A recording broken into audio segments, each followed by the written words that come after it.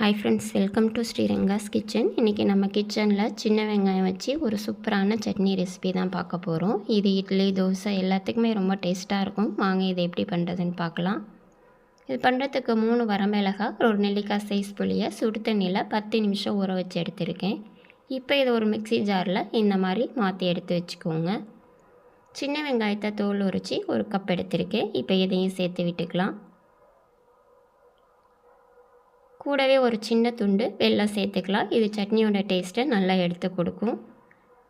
இது கூட தேவையான அளவு உப்பு சேர்த்து கொஞ்சமாக தண்ணி விட்டு இதை நல்லா நைஸாக அரைச்சி எடுத்துகிட்டு வந்துடலாம்.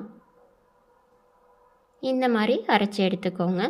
இப்போ நம்ம சட்னிக்கு தாளிப்பு கொடுத்துக்கலாம். தாளிக்கிறதுக்கு 2 டேபிள் ஸ்பூன் நல்லெண்ணெய் விட்டுக்கோங்க. எண்ணெய் சூடானதும் 1 டேபிள் ஸ்பூன் கடுகு பொரிஞ்சதும் கொஞ்சமாக பெருங்காயத்தூள், கருவேப்பிலை சேர்த்து தாளித்ததை சட்னியில் சேர்த்து விட்டுக்கோங்க.